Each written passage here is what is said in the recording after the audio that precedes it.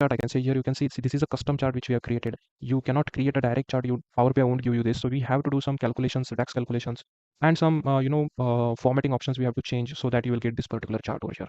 So now to get this chart, what we will do, I will use this particular called clustered bar chart. So I'll just select this cluster bar chart and I will reduce it likewise. Okay. And now what we have to find out over here is by store location. So we have a store location field over here. I will drag it into y-axis, and then we want the total sales. So I will just take total sales and I will add it into x-axis. So now this is the simple chart which we get when we drag these two fields over here. But actually we want something different, right? And to do that, we have to use some DAX calculations. So first thing what we have to do here is right now we only have one axis over here, right? But you can see we need two axes. One will take this bar chart and one more axis will take this particular label over here. That is nothing but the store location name, and then in front of that we want the total sales value as well. So how to create one more axis? So for that I will just right click over here and I will create a new measure, and I will name that measure as nothing but placeholder.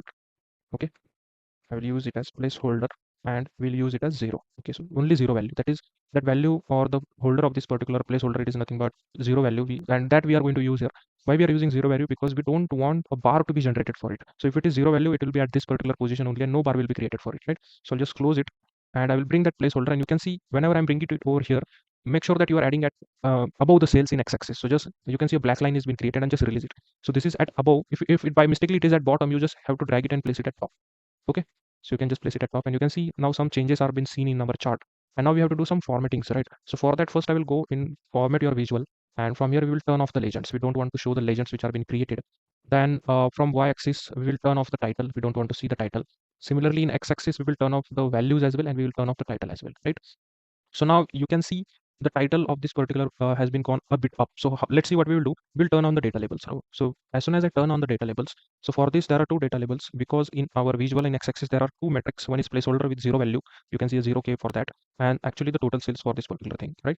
Similar thing what we will do now, we have to first thing what I will do, we will just change the color of these bars, right? So we want to change the bar color. So I'll just go to format visual, go in bar, and here make sure, right? So at the start, if all it's been selected over here, so right now if all is selected, you won't see any option available for you to change over here. So make sure in series you select total sales, and as soon as you do, you will see an option here to change the color, and just click on this, and I will just use more colors, and the color code I will be using will be hashtag B 36541. Okay, so this will be the color which we'll be using, similar to something coffee color, right? And now what we have to do some calculations over here. So first what I will do, I will just close this, and now go to y-axis. I mean, I will turn off these values. I don't want to see these values over here, right? Or I will keep these values. I will show you what we are doing actually. So let's keep these values for now. Now what I will do, we have to create one calculation over here such that it will show a display name as this name should be displayed over here. That is Astoria. That is the store location, and there will be one pipe operator in front of that. Total sales will be used, right? So for that I will write one calculation, and I will name it as new measure, and I will name it as label for store location. So this will be label because we are going to use it as label, and I will use a calculation first as selected value, right? So selected value, this is nothing but not selected columns, it should be selected value, and the selected value is nothing but which value from this measure we have to select, so that that will be visible over there. So it is nothing but you know that this particular chart is created from store location, so we'll use same value, that is store location. Close this. Okay, and what we have to show with respect to this also, we have to show and what we have to show, one pipe operator. Okay, so I will add a pipe operator in double inverted commas, one pipe operator. But remember that before and after that pipe operator we have to show one space. So just click here, one space, click here, and one space. So here one space and here one space, right? And again, what we have to do here is we have to use a format functions to show the total sales. So if you do not use, so let's say we'll just show a total sales over here, right? Not total orders, it should be total sales, right? And total sales, and I will just hit OK, right? And now I will close this, go again to select this, go again here. You have to already turn on the data labels, and now here we have to apply the settings to placeholder, right? So this placeholder value we have to change it. So I'll just select the placeholder here, and now you can just go in values here. You have an option here called values. Just click here, and here you can see placeholder has been selected. Just click on it, and it will ask us to select which field you want to mention over here in our visual, right? So we want to we have already created that particular field, that is label for placeholder. So that is for store location. We want to show this. As soon as you click this, you can see instead of that 0 value, we are seeing this particular value. Getting or not? Now we already have this value over here. So why to show this value, right? So we will just go ahead and turn off this value. So just go in y-axis and turn off the values, right?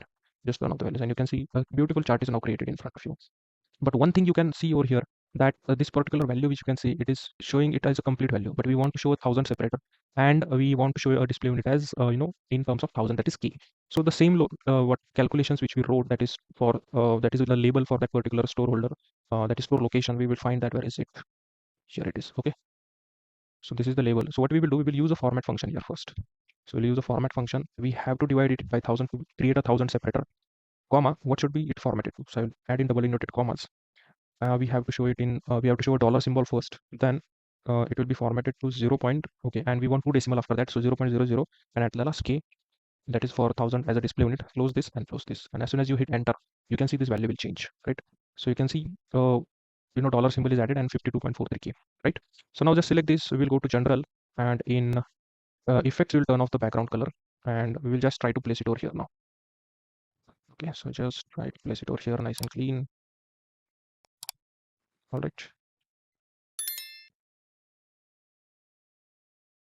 Okay, so now we'll change the title as well. So title here, it will be what? Sales by store location.